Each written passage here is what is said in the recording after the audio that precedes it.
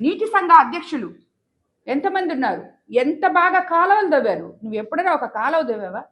అన్నిటికన్నా ముఖ్యంగా school open చేసే టైంకి ఇప్పుడు ప్రతి స్కూలు ఎత్తుకుంటే దామరమడుగుల స్కూల్ 30 లక్షలతోటి బాగు చేశాం. అది ఎప్పటి నుంచో మూలబడిపోయింది. స్కూల్ ఇన్ఫ్రాస్ట్రక్చర్లు అన్ని రాజపాలెంలో చేశాం, పడుగుపాడులో చేస్తున్నాం. ఇలాగ ప్రతి స్కూల్కి ఇప్పుడు సుమారు 20-30 స్కూళ్ళకి, ఒక్కొక్క స్కూల్కి 25 లక్షలు 30 లక్షలు పెట్టి మేము చేపిస్తున్నాం. అది కూడా ఎవరికి చెప్పలేదు ఇంకా, ఎందుకంటే ఇంకా మనము చేస్తున్నాం. కానీ అవన్నీ అయిపోయిన తర్వాతే అది మీకు అందరికి ఒకసారి చూపిస్తాం ఎక్కడెక్కడ చేశామని. స్కూల్లో 50 లక్షలకి అన్ని స్కూల్స్ లో బల్లలు ఇస్తున్నాం, సైకిల్స్ ఇస్తున్నాం.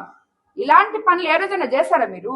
నెల్లూరు సిటీ మీరు చూస్తున్నారు, రోడ్లు ఇన్ఫ్రాస్ట్రక్చర్ నారాయణ సార్ ఎలా తీసుకొస్తున్నారు చూసారా?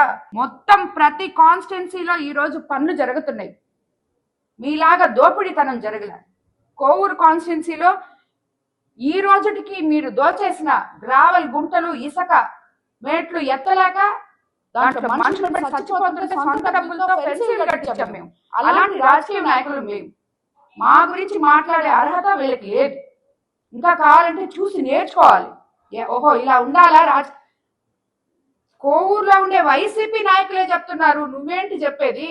మీ నాయకులే చెప్తున్నారు. వాళ్ళని పిలిచి అడిగి వాళ్ళు ఎవరైనా చెప్తే వాళ్ళని నువ్వు సస్పెండ్ చేస్తావు, లేదంటే వాళ్ళు వీడియోలు తీసారు, వీడు తీసారా వాడు తీసారా అని వాళ్ళ మీద నమ్మకం. నీ దగ్గర ఉండే నాయకులనే నువ్వు నమ్మలేవు. మళ్ళీ నువ్వు నా గురించి మాట్లాడుతావు, కోవూరు ప్రజల గురించి మాట్లాడతావు. కోవూరు ప్రజలు అక్షరాల 100% చైతన్యవంతులు. వాళ్ళు అందుకనే నన్ను గెలిపించుకున్నారు. వాళ్ళు నన్ను గెలిపించిన దానికి ప్రజలకి నేను సేవ చేస్తున్నా. ఈ రోజు చూసారు కదా మీరు, ఇందాకే చూసారు, మారుమూల విలేజ్ నుంచి కూడా అమ్మ పెళ్లి, అమ్మ మాకు బాగలేదు అని చెప్తే అవన్నీ ఒక ఎత్తు అయితే CMRF ఫండ్స్ అంటే ఇచ్చాం, 10 కోట్లు ఇచ్చాం.